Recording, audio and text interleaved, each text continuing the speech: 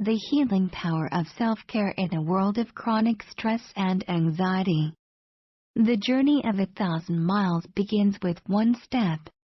Lao Tzu. I've always lived with a low hum of anxiety in the background, and lately it's been harder to keep a lid on it. There are a lot of things to be anxious about these days. We live in a complex and stressful world, and anxiety is very common, affecting upwards of 20% of the population. Some experience manageable levels. For others, anxiety and chronic stress can be debilitating and self-destructing. Truth is, we have good reasons to be stressed out. We work too much. We don't take enough time off. We're constantly plugged in and on, yet are more disconnected than ever before. Many of us struggle financially.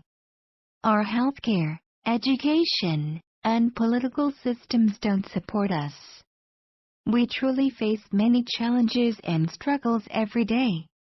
So how do we help ourselves ride the inevitable storms that come our way?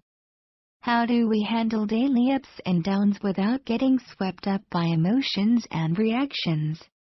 We've always understood that we need to make our health and well-being a priority. Replenish first and replenish often. But we have to take care of ourselves on a physical, emotional, and mental level. Body, mind, and soul. In a world of anxiety and chronic stress, self-care matters. Let's first define self-care. Self-care is an active and conscious choice to engage in activities that nourish us and help us maintain an optimal level of overall health. It basically means making healthy lifestyle choices and implementing stress management strategies. Self-care is not a new concept. We've known for a long time that eating well, exercising, maintaining good sleep habits, and eliminating smoking and drinking are all critical in maintaining good health. What's new is the holistic approach to self-care that goes beyond taking care of your physical well-being. It's looking at mental health, emotional health, social engagement, spiritual well-being, and of course physical care as a basis for it all. That is the kind of holistic approach we all need to take when thinking about effective and all-encompassing self-care. Unfortunately, Americans are hardly practicing any self-care. 1 in 4 Americans has a mental health disorder, of which 1 in 17 have a severe mental illness. Many of these disorders go untreated. 81% of Americans do not exercise enough. More than 1/3 of Americans are obese. So what's the problem? Well, it's complicated. Lack of money, lack of time, lack of resources, lack of awareness. It seems overwhelming, I know, pun not intended.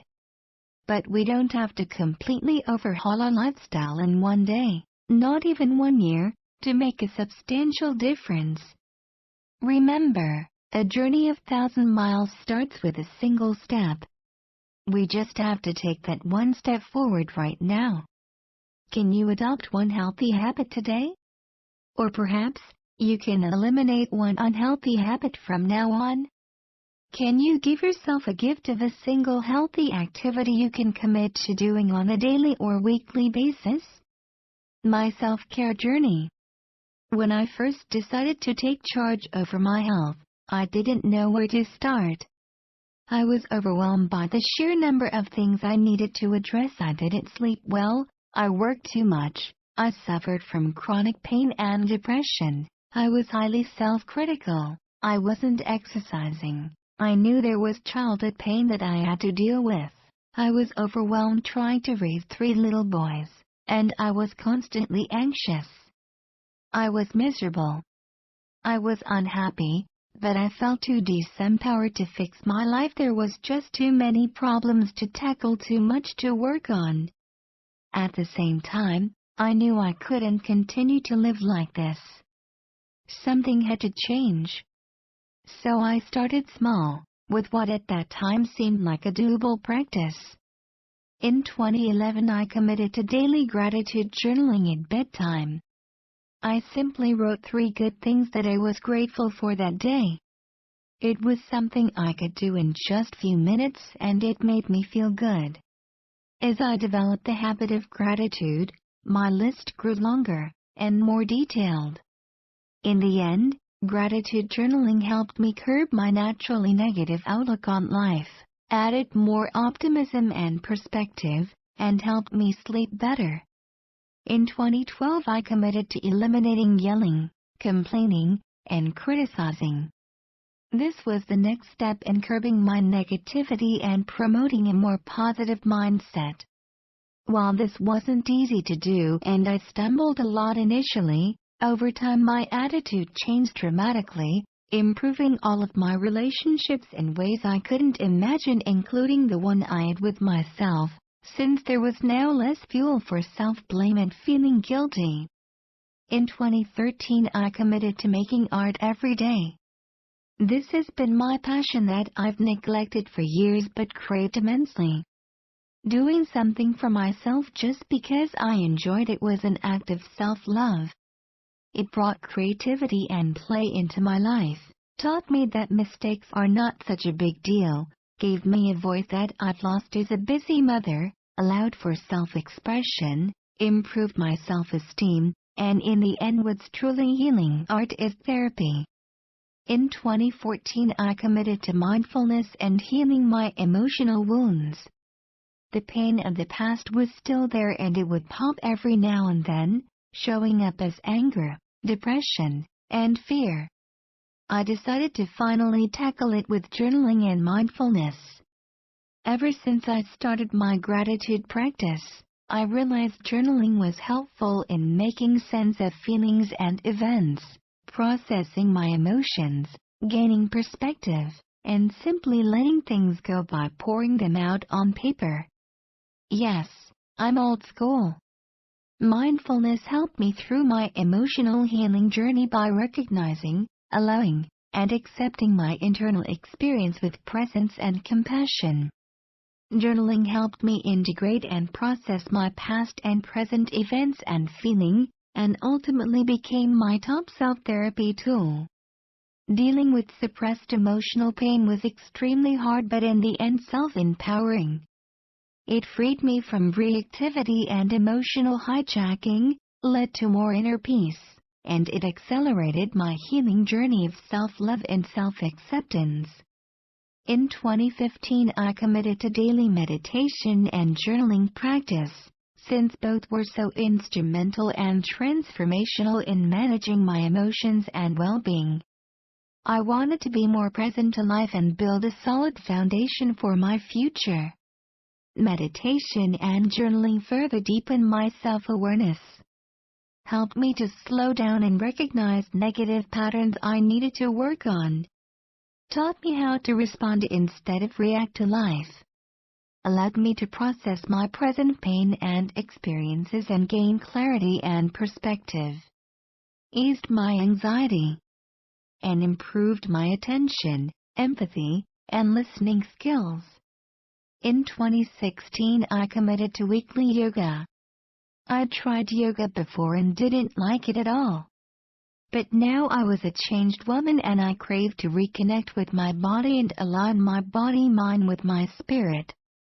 I also needed to move my body and yoga offered a relaxing way to do just that. It taught me to listen to and respect my body, and ultimately take care of it better, which led to better sleep habits, drinking more water, eating cleaner food, and limiting processed and toxic stuff. It helped with pain and inflammation, flexibility, and body-mind-soul integration. Yoga makes me feel good, whole, and peaceful. I am home. A lot has changed in those last 6 years. I'm proud of the progress I've made and continue to make daily. Yes, it was hard at the beginning. Creating new habits can be hard, so it's important to go slow and not get discouraged if you slip up. Pick one goal and commit to it with all your heart. Some self-care activities will come easily. I love doodling, walking my dog, listening to relaxing music at bedtime, journaling, reading, taking long baths, hiking, and taking bike rides with kiddos. Some habits will be hard to put into practice. For me, as a victim of childhood abuse and neglect, meditation was really hard. So I started with only 2 minutes a day, lying down. Today I can sit for 20 to 30 minutes with ease. There are still days when I don't feel like going to my yoga class, but I will myself out the door, no matter what. I know it's good for my mind and my body. You will have to push yourself often, but stick with it. You'll literally wire those new habits into your brain and it will get easier. The payoff is worth all the work. I'm not the same person I used to be. I'm better, healthier, and more peaceful and present. I'm dealing with instead of running away from my anxiety. I'm managing instead of suppressing. And there's much more inner peace, balance, love, and acceptance in my life. I've killed my inner critic for the most part, and I'm more in tune with my mind, my body, and my heart than ever before. My relationships have improved, and I like my life, even though it's still hard sometimes. There are still many challenges I have to deal with, but I feel more empowered and in charge than ever before. You have to find your own path. Your self-care plan may look completely different from mine. It might mean spending more time in nature, taking up running, or ending a toxic relationship. It may mean quarterly juicing, getting a monthly massage, or knitting. It may be developing a new hobby or quitting smoking. The beautiful thing is that you are in charge. You and only you know what's most nourishing for you right now, and what you need to be doing to feel better, feel healthy, and feel balanced. You get to decide how to nurture and care for yourself best. Don't put off self-care for later. Later will never come. We have to make time now for what's important, and self-care needs to be your priority. You are worth it.